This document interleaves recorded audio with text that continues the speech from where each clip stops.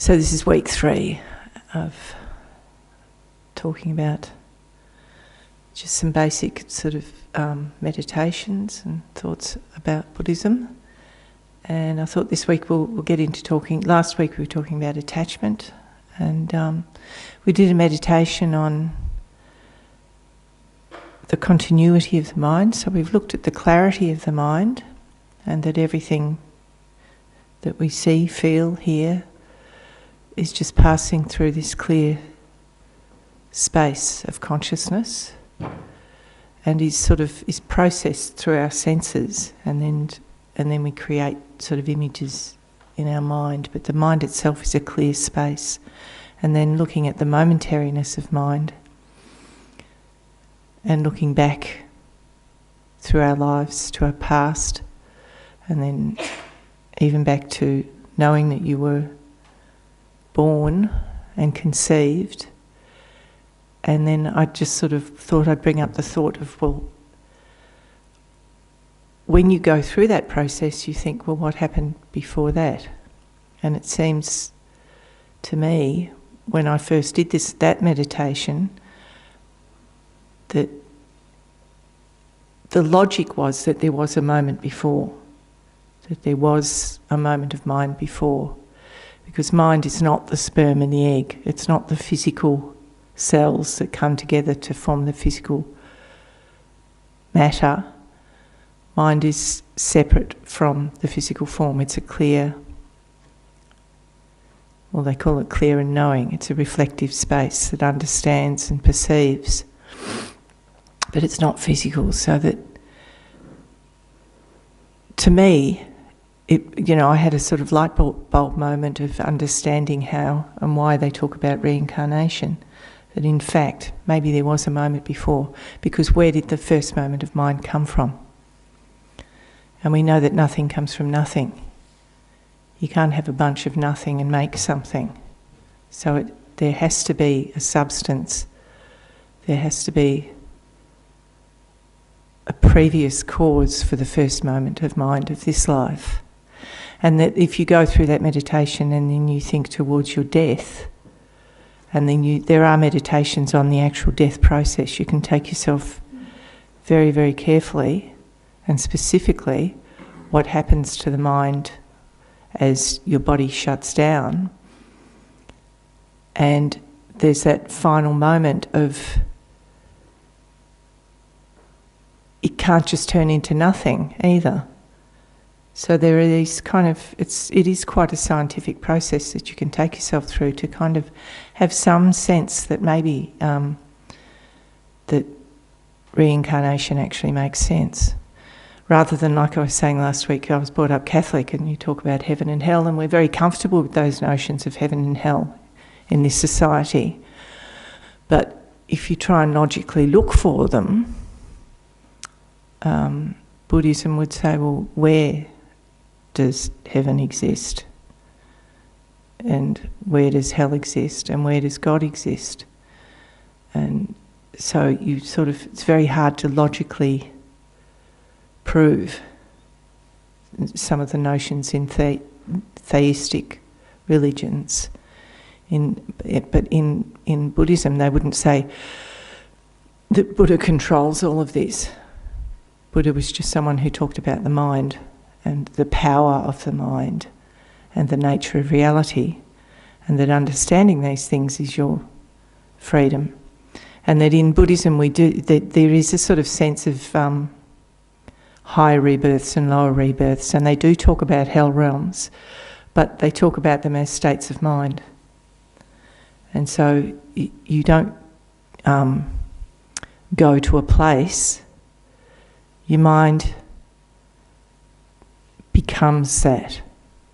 And we know what hell feels like in our own lives. We've had moments of heaven and hell in our own lives, of sort of great bliss and great horror and uncontrollableness. We kind of, and you say it was hell.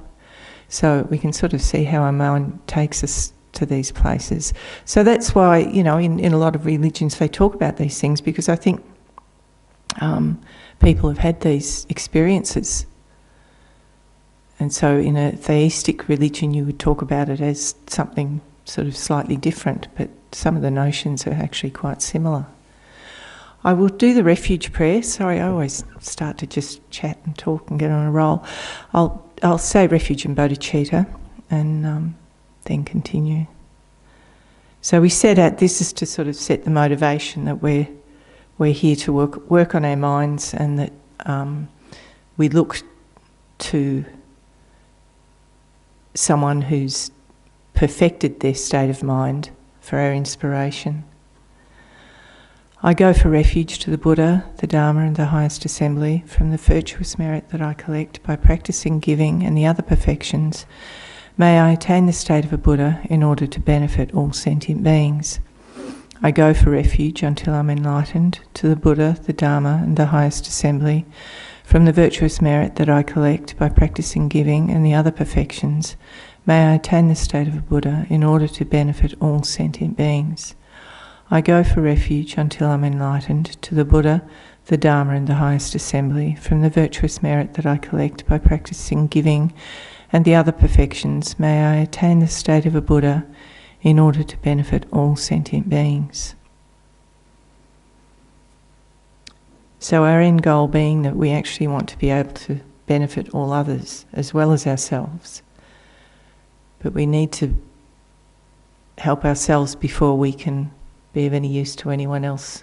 And I think we know that as well, that it's very hard to help even one person in this life. So that Buddhism would say, well, you need to sort of gain total control over your mind and state of being, and then you'll be able to find ways to help others or be of benefit to others. And it's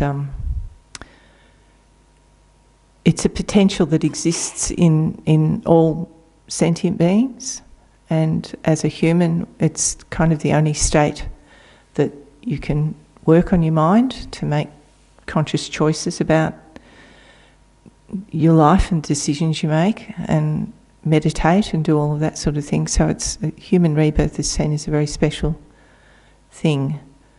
But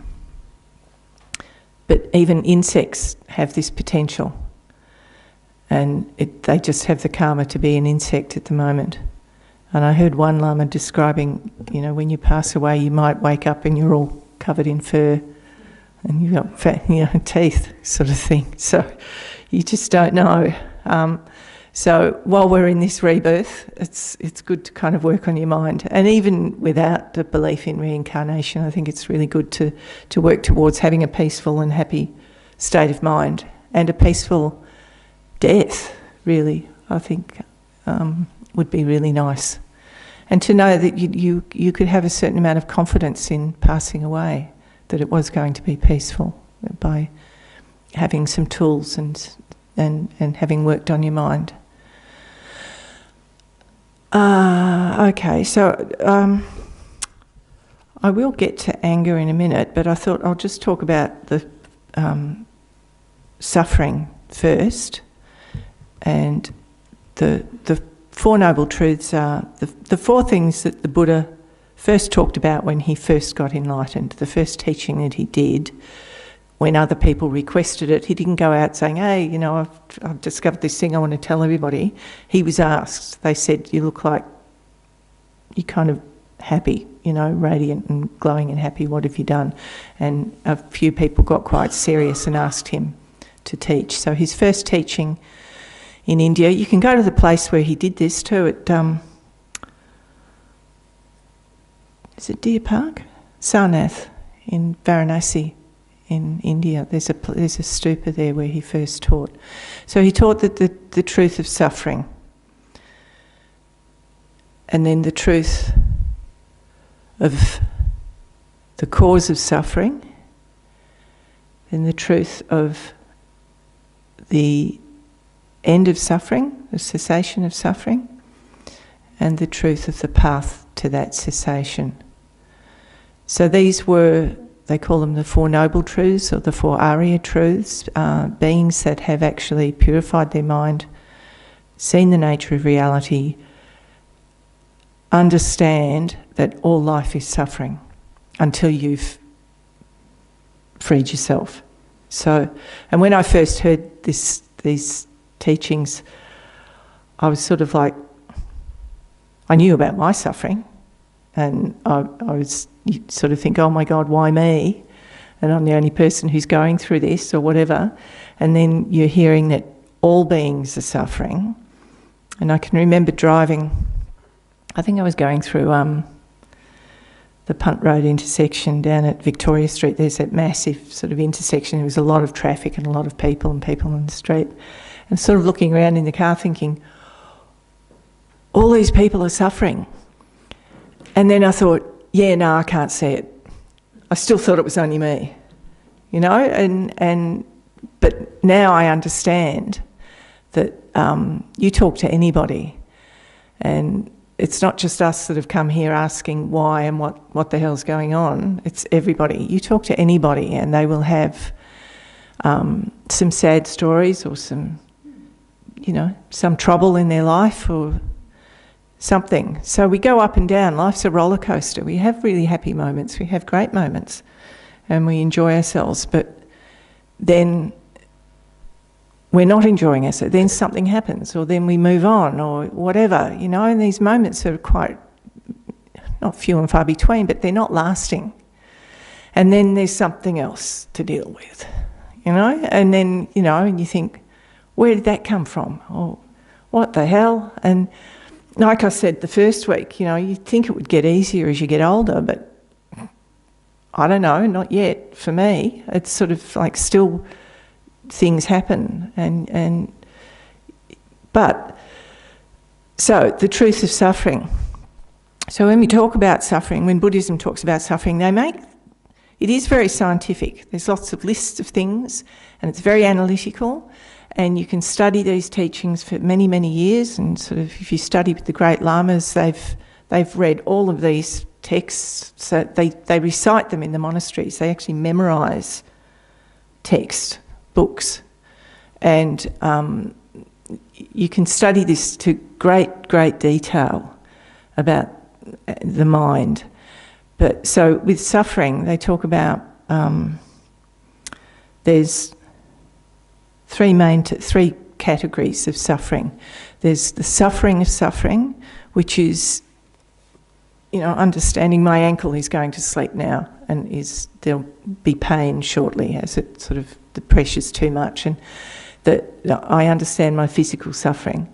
I'm wearing contact lenses, I can't see properly, so my eyes don't work properly, so I'm getting a bit of arthritis. So we understand our physical suffering and our mental suffering. There is the very real, and really most everything that's happening is sort of happening mentally, but we understand different states of mental anguish and anger and attachment and depression and whatever, and fear as levels of suffering. This is very clear to us. We can see that and we understand that. And so the second level of suffering is called the suffering of change.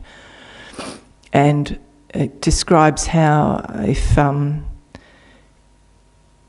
any pleasant sensation, any good thing that's happening will change into either a form of suffering or just disappear, and then in and of itself that becomes a form of suffering, that the good thing is gone or finished or broken, and then we're suffering because we've lost it.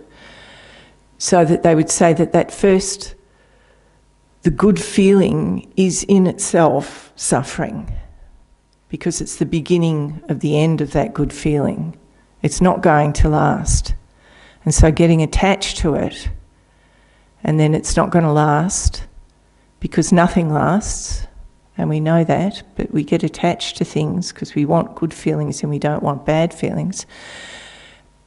That good feeling in itself is suffering. And so that's referring to the suffering of change. It's like going to the beach on a hot day and you're really hot and grumpy, and you get out of the car and you can't wait to get into the water, and you go into the ocean, and especially here in Victoria, you go into the Southern Ocean and you have a nice swim and cool off, but it pretty quickly gets cold if you're not wearing a wetsuit, and so then you have to get out of the water. But on a even on a 38, 40 degree day, going into the water is absolutely lovely. But you know that it's not going to last. You're going to get cold, and then it becomes suffering. Then you've got the suffering of cold. And if you stay in the water, you're going to get hypothermia, and it could kill you.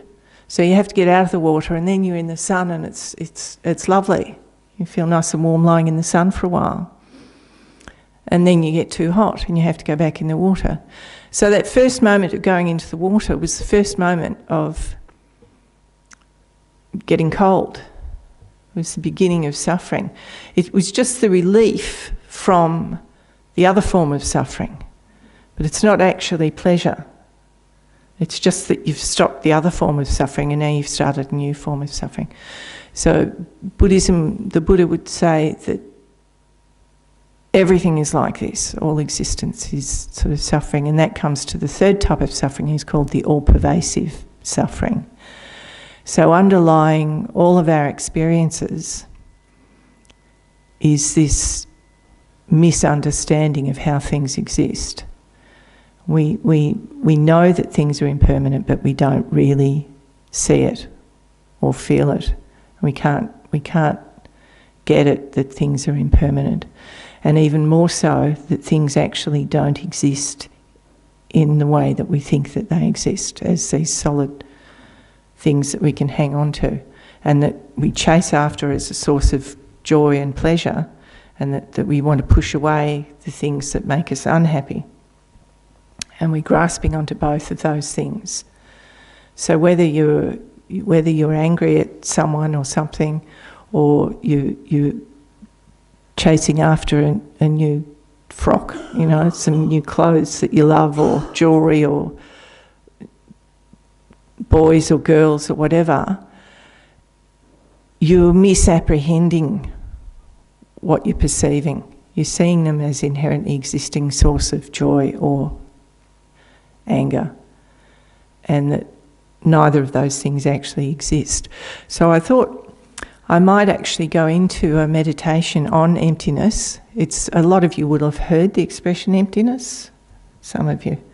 There's a lot of new faces. So some of this might sound very odd to people, but this notion of we just don't understand that most of what we perceive is from our own minds. And that's actually been proven scientifically, that 95% of what we perceive is coming from us. Yes, there's something there, but we project onto it. And everybody's got their own story. Everybody will see things differently. Some people like some sorts of music and some people hate that sort of music. Does it make it good music or bad music? Who's right there? It's the person who's perceiving it perceives it in a certain way. It's not the music itself.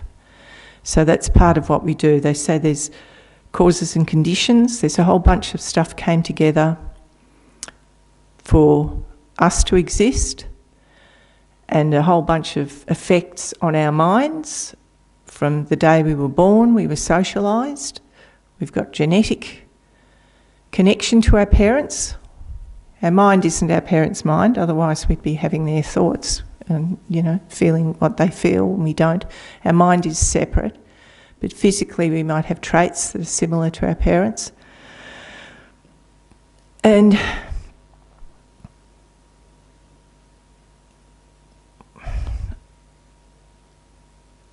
I forget where I was going with that. See, getting old, it's not good either.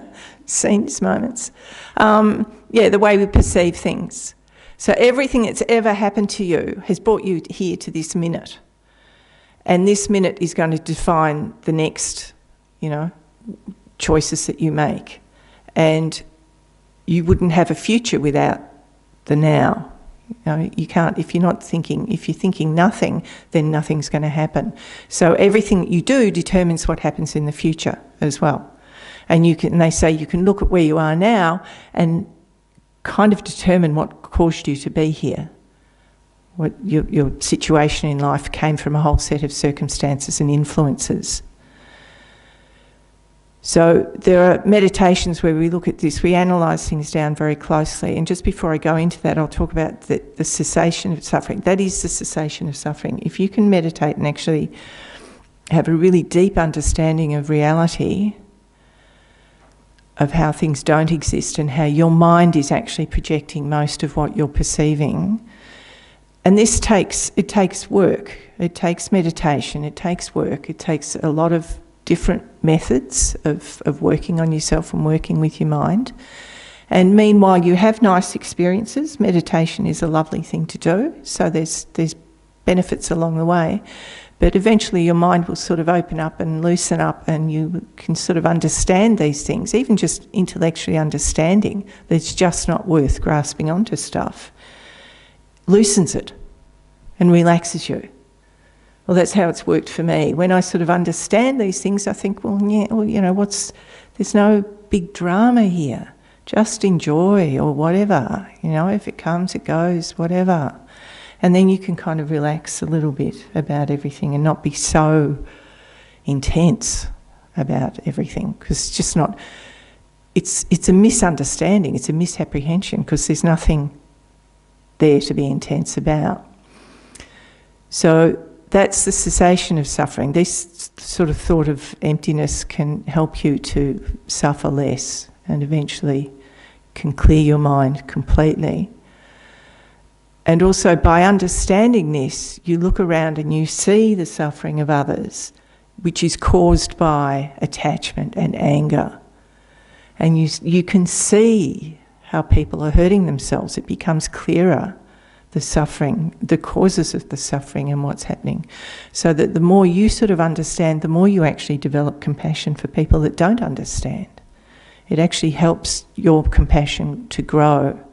So working with these two things of your sort of sense of love, of wanting others to be happy and understanding that they're doing everything in their power to make themselves unhappy, thinking that they're trying to be happy but going the wrong way, when you sort of start to see that, your compassion grows.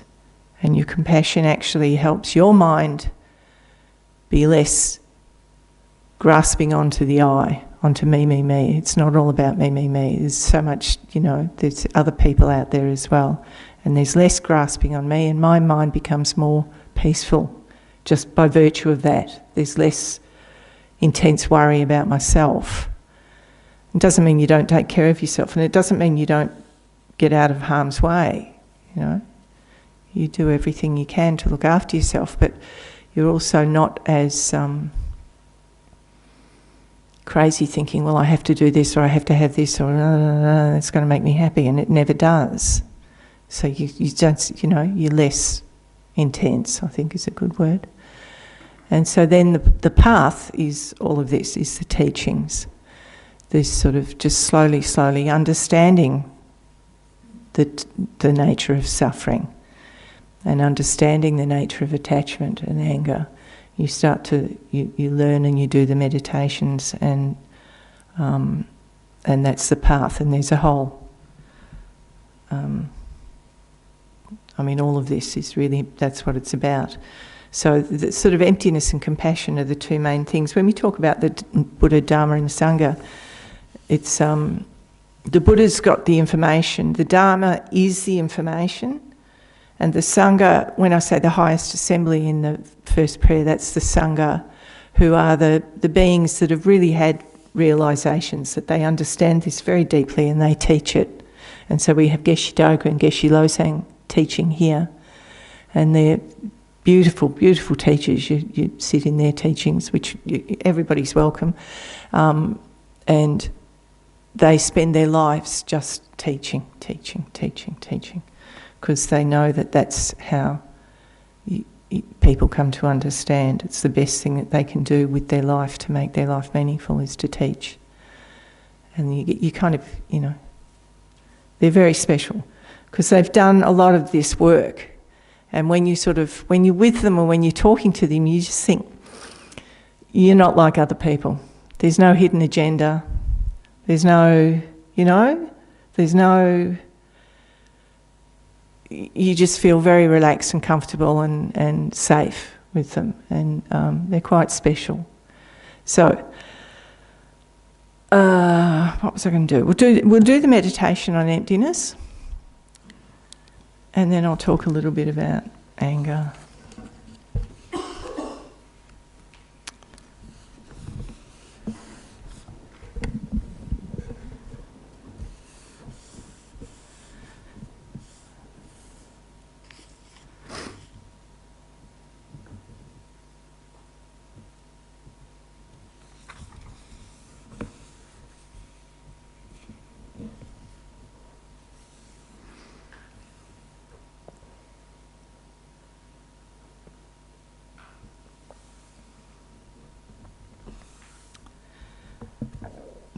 Excuse me. So we'll just start with some breathing meditation. So you keep your spine straight. And then with the Tibetans, they put the left hand down and the right hand on top with the thumbs just touching and sort of pointing towards the navel a bit. And relax your shoulders. Bring the mind inward. Tilt the head forward slightly, not too far forward, not too far back. And the eyes almost closed, just letting in some light so you don't nod off. And it's sort of important to keep the spine straight so that you stay alert. The tongue resting on the top of the palate behind the teeth, and the lips just slightly touching or just slightly apart. And then focus inward, letting go of all your thoughts.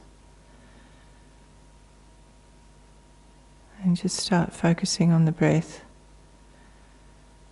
Breathing in and out as one. Counting helps to stay focused. So the object of the meditation is the breath. So just keep alert in your mind. When you drift off, bring it back to the breath.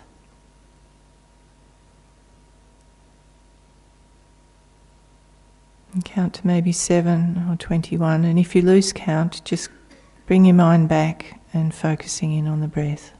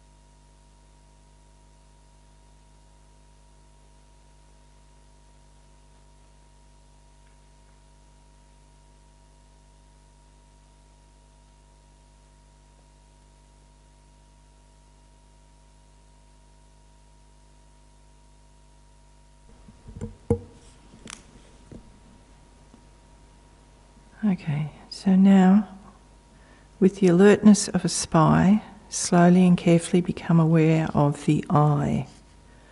Who or what is it that thinks, feels, and meditates? How does it appear to you? Is your I a creation of your mind? Or is it something that exists concretely and independently in its own right? Now try to locate it. Where is this I? Is it your head? In your eyes? In your heart? In your hands? In your stomach? In your feet? Carefully consider each part of your body, including the organs, blood vessels, and nerves. Can you find your I? It might be very small and subtle, so consider the cells, the atoms, the subatomic particles. If you do think that your eye is part of the body, then what would happen if that part were removed in an operation or damaged in an accident? And what happens to the eye when your body ceases to function at death?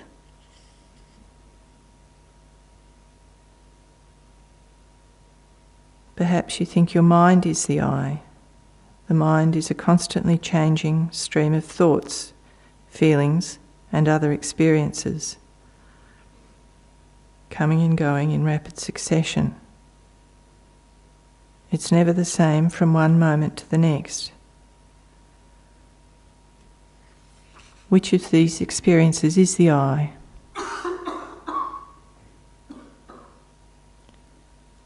Is it a loving thought, an angry thought, a happy feeling, a depressed feeling? If you think that your I is one of these experiences, then what happens to it when that kind of experience is not present in your mind?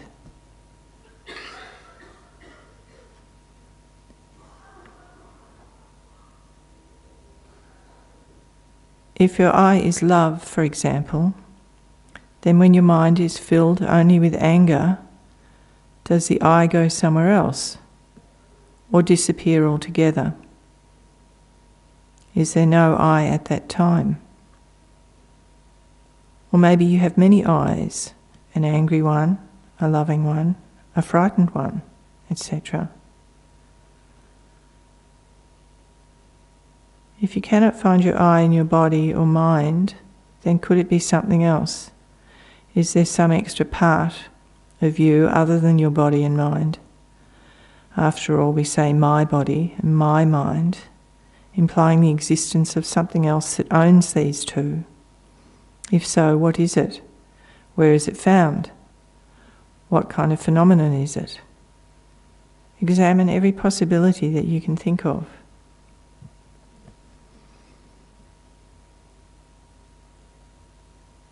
Again, look at the way your I actually appears, how it feels to you. After this search for the I, do you notice any change? Do you still believe that it is as solid and real as you felt before? Does it still appear to exist independently in and of itself?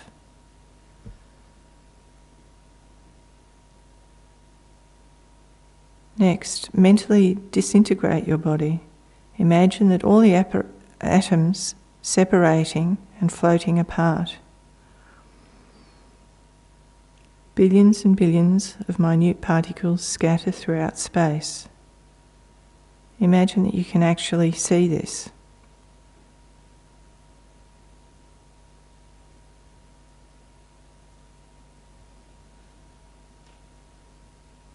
Now disintegrate your mind. Let every thought, feeling, sensation, and perception float away.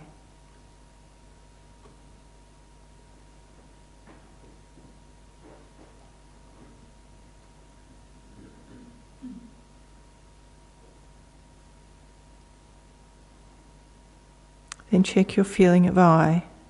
Where is it? And what is it? Don't make the mistake of thinking my body is not the I and my mind is not the I, therefore I don't exist. You do exist, but not in the way you instinctively feel, as something independent and inherent. Conventionally, yourself exists in dependence upon mind and body. And this combination is the basis to which conceptual thinking ascribes the name I, or self, or Mary, or Harold. This is the you that is sitting and meditating and wondering, do I exist?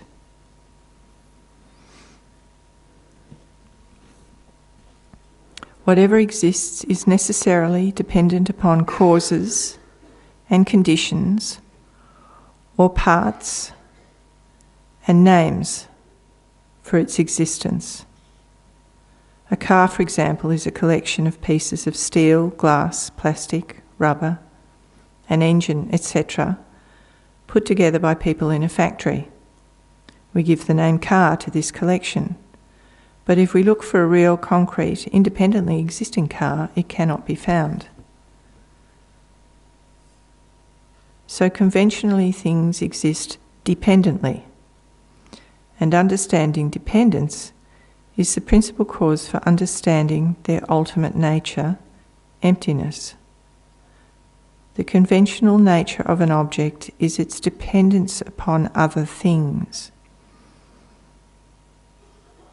And its ultimate nature is its emptiness of inherent independent existence.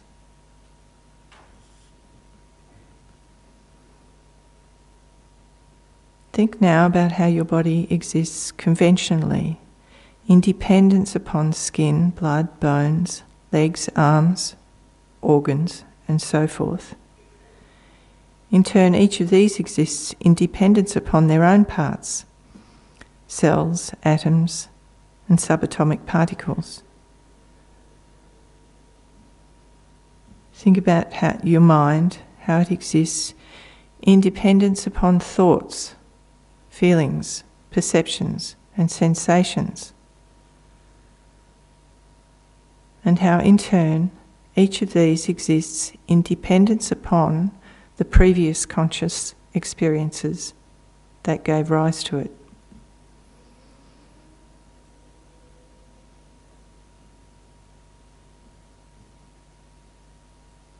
Now go back to your feeling of self or I. Think about how you exist conventionally in dependence upon mind and body and name, the self's parts. When the body feels hungry or cold, for example, you think, I am hungry, I am cold. When the mind has an idea about something, you say, I think. When you feel love for someone, you say, I love you. When introducing yourself, you say, I am so-and-so. Apart from this sense of I that depends upon the ever-flowing, ever-changing streams of body and mind, is there an I that is solid, unchanging, and independent?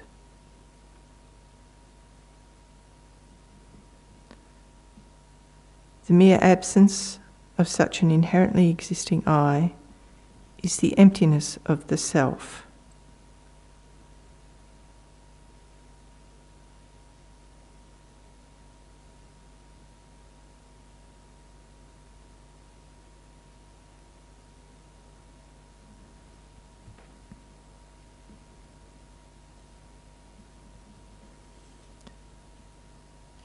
So think about how your self exists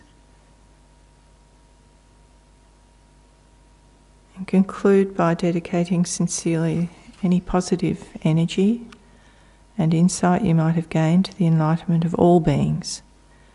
Think that this meditation is just one step along the path to finally achieving the direct insight into emptiness and thus cutting the root of suffering and dissatisfaction.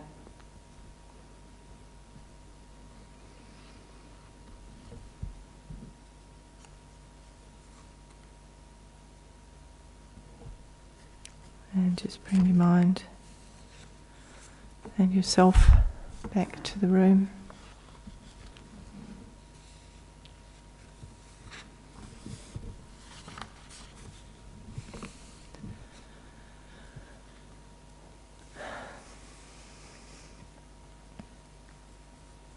So does anyone have any questions or thoughts or queries?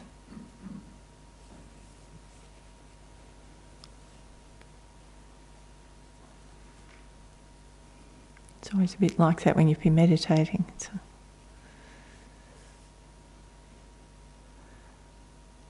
Okay, so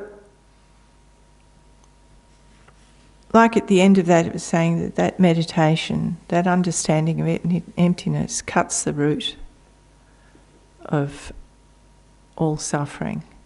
So we can work on our attachment, we can work on anger, depression and fear, and there are a lot of lovely meditations and things that we can do, but we still have this all-pervasive suffering of just the nature of existence is this grasping, so that we never quite get free of our attachment and anger and negative states. They call them negative states of mind. And you can work with love and compassion, and which we are referred to as positive states of mind, and they actually relieve a lot of our suffering. But we will never have total peace until we stop this misapprehension. And it's a misapprehension. We're misunderstanding existence, and that's why we keep tripping, and that's why we keep having problems. And we may, you may have a really good life. Things might be sort of going smoothly for you, but there will always be issues somewhere along the track, and eventually we all have to die. And so, as good as it might have been, you still have to let go and go through the suffering of death. And Buddhism would say that with these understandings, you don't even really have to. You can suffer less, or even people that pursue this, like the Geshis, that have spent their life studying this. The Dalai Lama refers. I've seen him talking about death as changing your clothes. He just says, you just go and get another set of clothes, and they appear to have no fear, so it doesn't worry them, and they have a really deep and profound sense of the mind being momentary and travelling on. And I think with clarity comes a certain amount of I just think they work on it so much that they get to a point where they understand things that we don't understand, because we're still clouded by all of our stuff. And I read something today. It was talking about emptiness, saying that emptiness is the opposite of fullness. We're full. We're full of all of our stuff. And we want this and we don't want that. And their minds are constantly chattering and working and thinking. And he said this and she did that and blah blah blah, and I want this, I want that, or tomorrow I'm going to do this, or if I get through this, then I can do that. It's endless, constant sort of thing. So that when you actually sort of understand the nature, this clarity, this clean, clear clarity of mind, all of that drops away. And in our meditation, we can get to those states where it all just drops away, and it's a circuit breaker, and it's actually gives you energy as well. It's not just about stopping your thoughts. It actually makes you more peaceful and more happy, and gives you energy, because it's exhausting. Our minds are exhausting. So,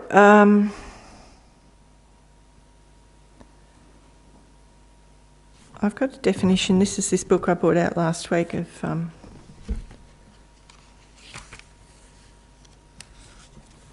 where did he put it? Yeah, anger. This is Geshe Loden's book, and it's called The Path to Enlightenment. It's a lam rim. You often hear of the lam rim here in Buddhism.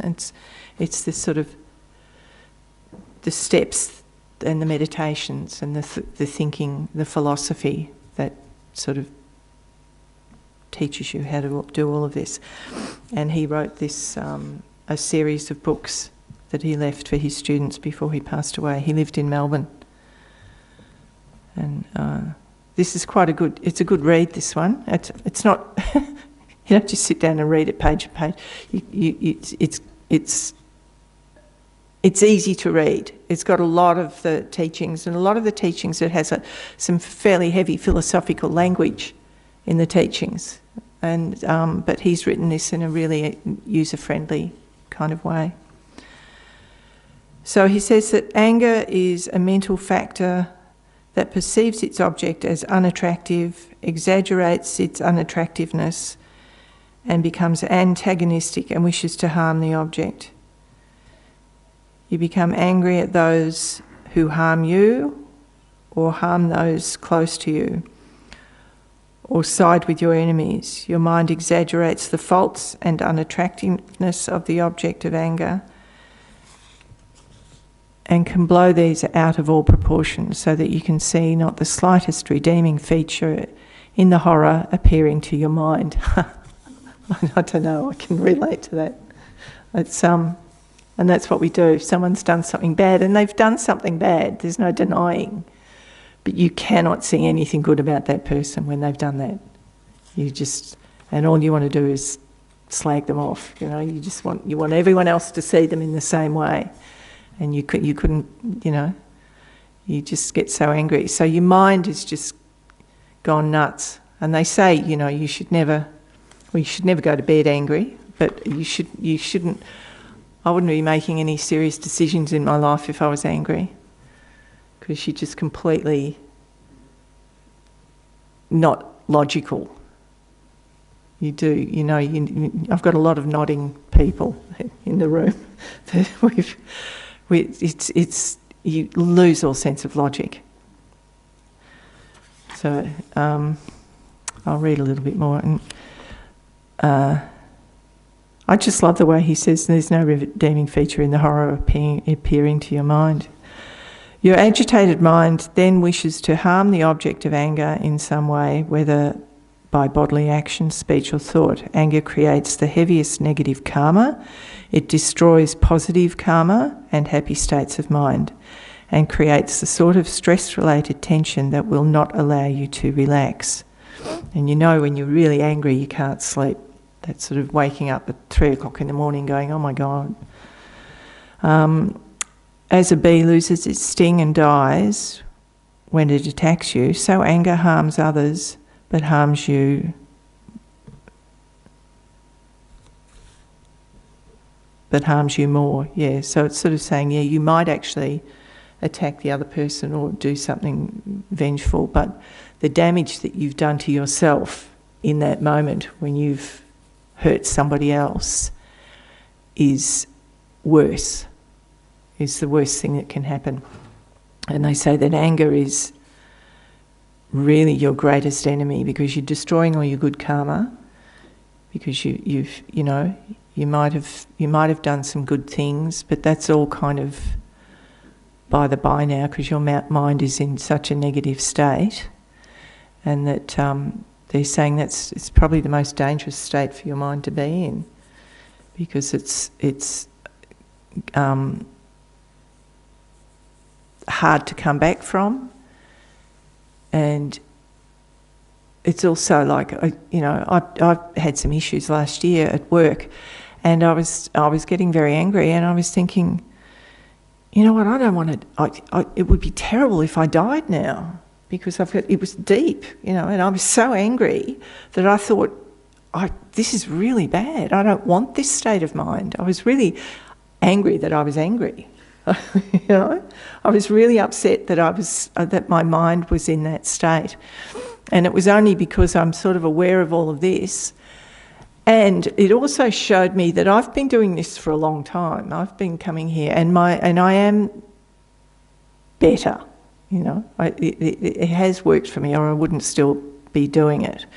And as I've said before, my family have said, well, my father used to say to me, "Whatever you're doing, Claire, keep doing it." Sort of, but it showed me that I still have work to do, that I'm still capable of that kind of really terrible feeling, and it's a pretty yucky feeling. And in a way, and this is the other side, this is the other thing, it sort of shows you, it becomes an opportunity. For me, it was good when I'm in that state, I'm not reminding myself of Buddhism. It's like this has all gone out the window and I'm angry. But when I've calmed down a bit and I can think about it, I sort of think, right, I don't like this feeling. I know it's bad. I'm really upset that I'm angry. I'm angry that I'm angry. It's not right. And I know it's not right, but at the moment I kind of can't control it. But then there's also thoughts of, this is a really good opportunity for me to practice all of the, and I'll go into that now, you need to learn, the antidote to, or the answer to anger is patience. And to have real patience in the world is difficult, but it's an incredible state of mind when you actually do practice patience in the face of something difficult. It's a peaceful state of mind. It can bring you peace, and you think, I just got through that, whereas years ago I wouldn't have, because I knew how to just step back and not get angry. And patience isn't hanging on by your fingernails saying, I must be patient. Patience is just not getting angry in a situation that, years ago you might have. So for me it was an opportunity to do all of these little things that I'm going to talk about now, to develop patience, and to also say, my anger is about my ego. I was hurt. This thing was done to me, and this is about me. And when I was saying to myself, just get over yourself, let go, Claire, let go of this ego thing that you're doing. And when I was sort of saying that, I felt better, because I was poor me. But when I was sort of saying, stop being poor me, yes, this thing happened, but it's my self-grasping that's causing me a problem now. It's got nothing to do with what happened, but what happened is showing me that I still am kind of, they call it self-cherishing. First of all, you grasp on this as inherently existing, and then you cherish it more important than everyone else, than everything else, so that you get so affronted when something goes wrong. So anyway,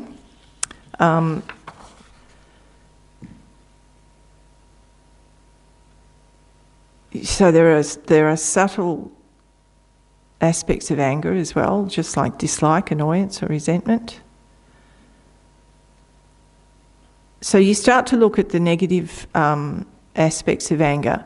The one thing I did do when I was going through that situation was I really didn't react angrily to the person that was sort of just being rude or whatever, let's say. I didn't kind of take the bait and respond, because I could see that there would be no value in that. And I managed to, in the teachings they say, in Shantideva's book, Bodhisattva's Way of Life, he says, be like a piece of wood. So rather than engaging with the person that's giving you a hard, or the difficult situation, or a traffic incident and getting angry at each other and yelling or something, rather than engaging, you don't engage, you just sort of try and step back, even though you're feeling upset, because if you you'll just fuel the situation by being angry back. So the first thing you can do is sort of just not respond. And I think I had enough wits about me not to engage further.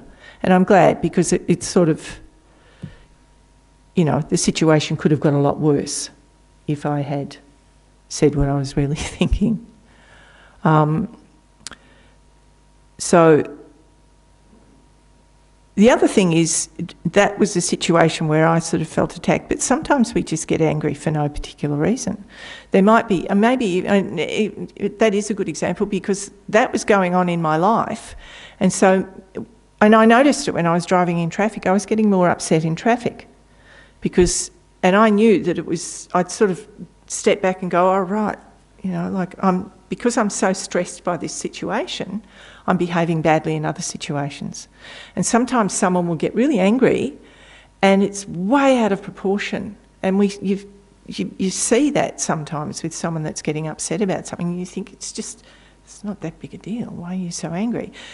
There's probably other things behind what's going on that's causing them to be so angry. It's just venting that other anger as well, because it causes you stress.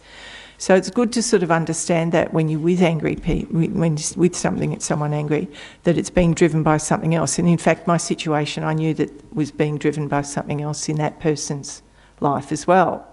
So you have to kind of take all of this into account.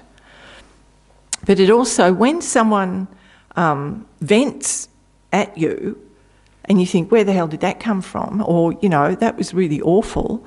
Or I knew a woman who just used to get angry all the time. She'd sort of get so upset at people and lost a lot of friends along the way. People just didn't want to be around her anymore because she was always sort of snapping. And she said to me one day, oh, I know I get really angry, but I get over it quickly.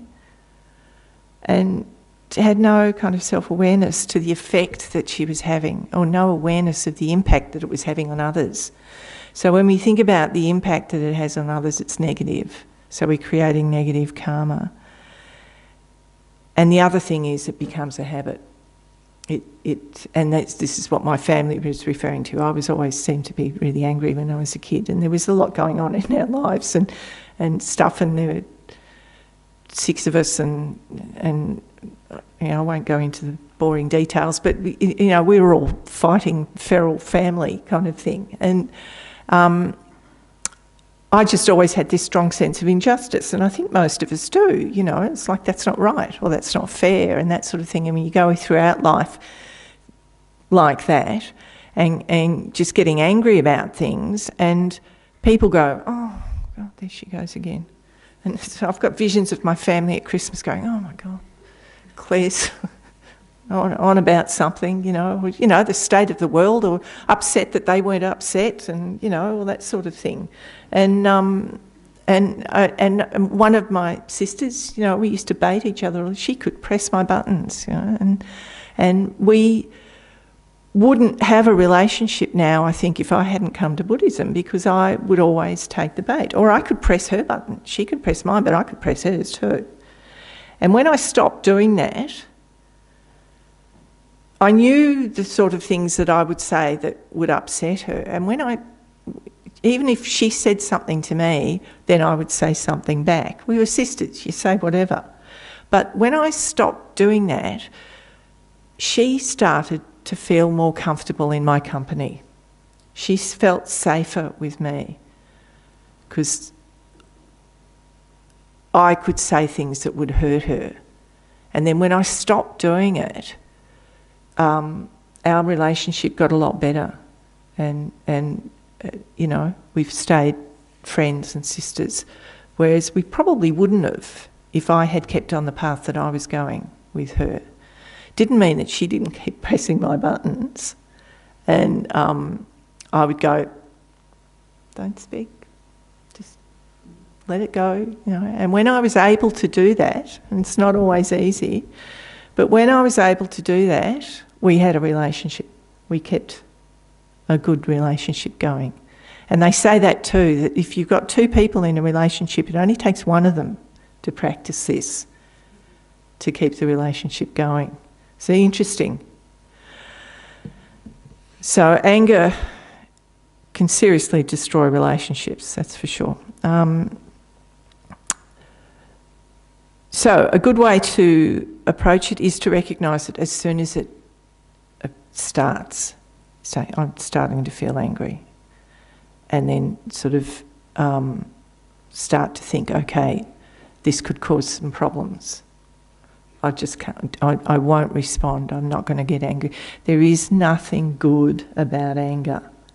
And people will say it's a kind of energy, but if you use that energy, it becomes a habit. And that energy hurts and destroys, and it destroys yourself, because it's not a good feeling. And then when you've hurt someone or you've lost a relationship and you know it was because of your own anger, then you're not going to like yourself very much either. And you can turn your anger on yourself. And so it's never going to have a good result. So it's always really good to recognise it when it starts and take a step back and see if you can remove yourself from a situation, or just don't try and diffuse it.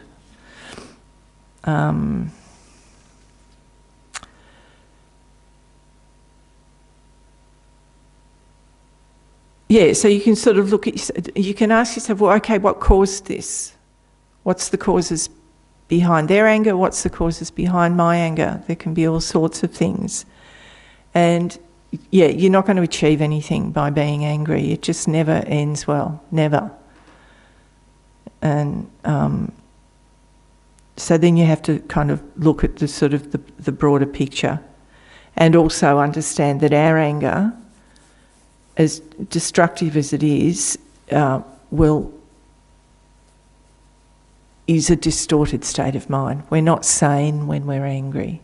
So it's really good not to do anything, because we know that we've kind of gone a bit mad and we're not going to do something that's going to be helpful.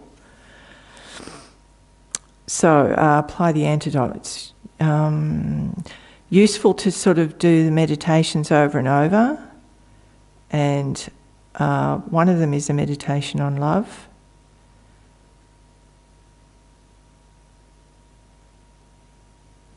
It's never too late. Often you might be able to repair a situation by apologising or talking to the person. You have to be very careful with that, whether if the person, whether they're going to be open to having a conversation. You can say, you can't say, well, I've been going off and learning meditation, and they'll just say, yeah, whatever. So you have to be careful about trying to repair a situation, but it's always a good thing if you can.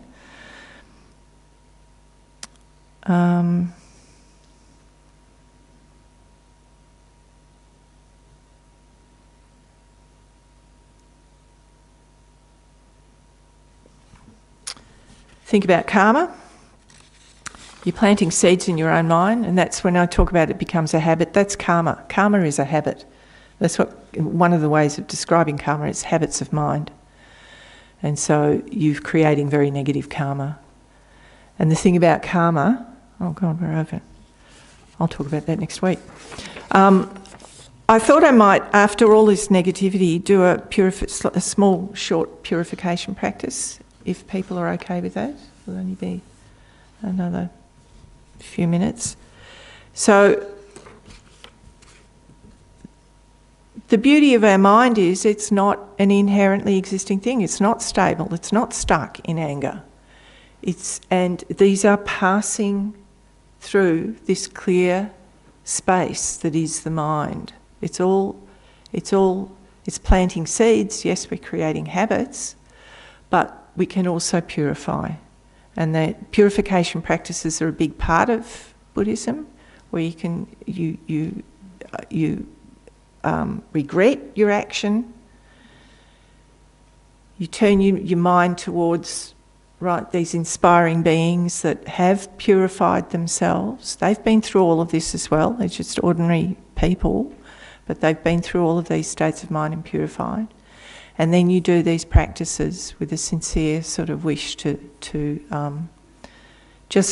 you'll nullify the karma by doing the practice.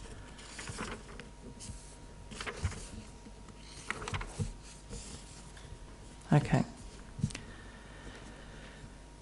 So just bring your mind inwards.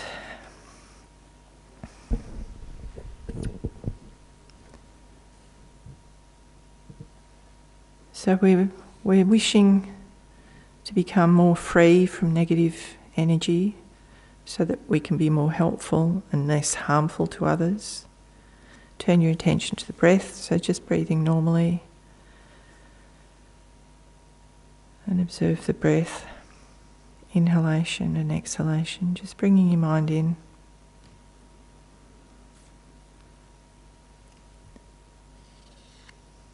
And then imagine when you inhale all the positive energy in the universe, all of the love and compassion and wisdom in the universe enters your body in the form of pure, blissful, radiant white light.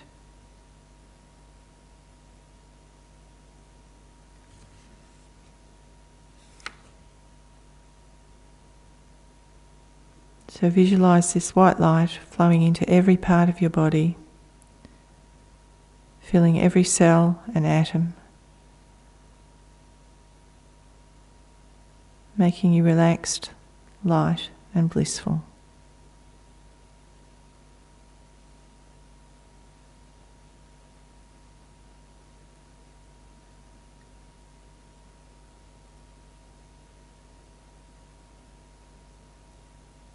This beautiful light is filled with love, compassion and wisdom. And visualize this with every inhalation, bringing in all of this blissful light.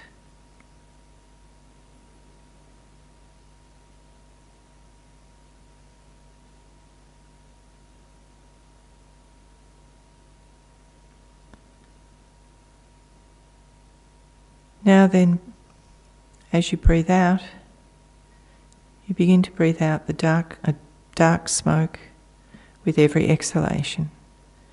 Imagine that all your negative energy, past mistakes, distorted conceptions, and disturbing emotions leave your body with the breath in the form of dark smoke or fog. This smoke goes out into space where it disappears completely.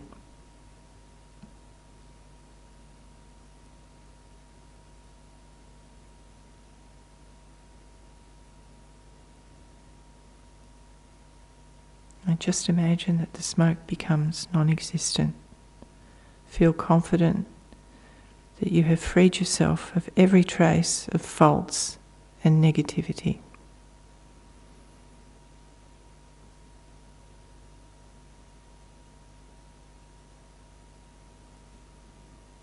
Concentrate on breathing out the dark smoke of your problems and breathing in the white light of good energy.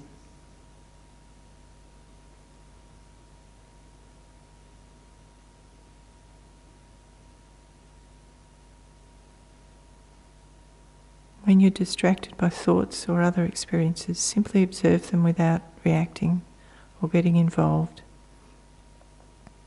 You can transform these distractions into dark smoke and breathe them out into oblivion.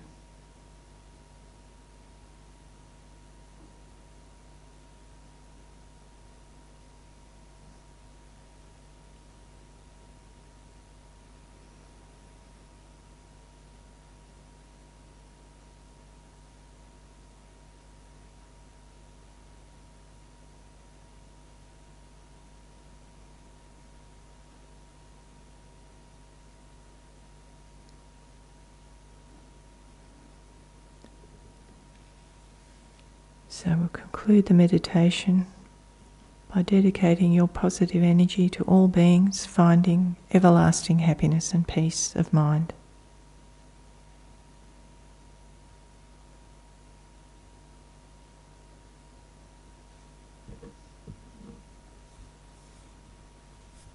And bring your mind back to the room.